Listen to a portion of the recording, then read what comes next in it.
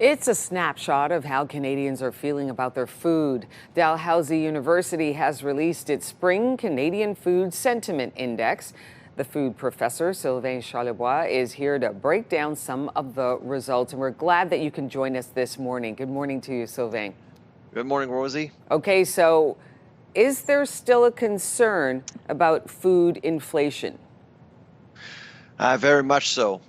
In fact, what we learned from Statistics Canada about 3 weeks ago was that food inflation was above general inflation, and that really leads to people noticing higher prices at the grocery store. So it's still clearly a concern. If we compare our index last fall, it's still out there. But what has changed though is the buy local movement. People are clearly looking for local products.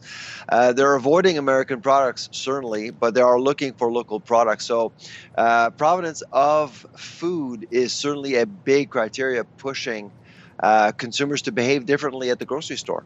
So, is the Canadian Food Sentiment Index also showing that we're buying less food than a year ago?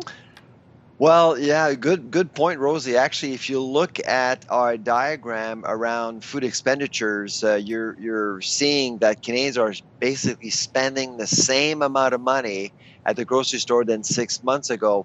But it doesn't mean that we're buying less food. We're just spending less. Wow. What's going on right now, the flavor of the month is bulk buying. So we saw coupons becoming popular. We saw loyalty programs becoming popular, but bulk buying is the flavor of the month right now. A lot of people are trying to stretch their dollars, their food dollars, as much as possible. Sylvain, you touched on it. You said that Canadians are really doing their best to buy local. Can you elaborate a little bit more on that, how you found that out?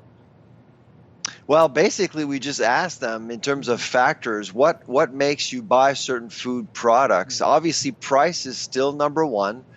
Nutrition is certainly up there, quality, but where their food is coming from is certainly one criteria they actually consider very, very seriously, much more seriously than 6 months ago, which is interesting. And of course, it's due to the fact that people are hearing about tariffs and geopolitics and they're concerned, and so they want to support their food economy as much as possible. But what the big winner here, because of that movement, are independent grocers.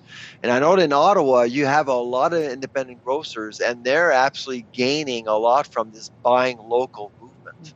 Sylvain, earlier on in the show for our social question, we asked our viewers where they like to go and eat out and what do they eat, and we got robust answers. I'm wondering, are Canadians eating out more? They're spending more. Absolutely. So last fall, 38% of the average food budget was dedicated to food service and restaurants. Now it's up to 39%. So close to $200. Each Canadian is spending about $200 a month at the restaurant. So it doesn't matter what surveys are saying, people are absolutely spending more. Though those are actually that's real data. So people are spending more at the restaurant. I think what's going on, Rosie, is that people are working from home on average 2 days a week in Canada, which is the highest rate in the world. And so people still want to go out. They're meeting people for coffee, for sandwiches, for a casual business meeting to basically break out the boredom that you often find when you work from home. So I think that's really what's pushing people to spend more at the restaurant right now. We got a couple seconds left. Now, the report says that consumers may be reaching their limit on frugality. What does that mean, Sylvain?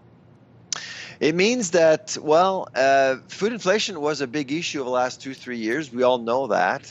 But things are much calmer now. 2024 was a bit of a break year. 2025, we're expecting food inflation to be 3 to 4% higher, but manageable. So we do think that people will start focusing more on nutrition, quality, and where their food is coming from as well.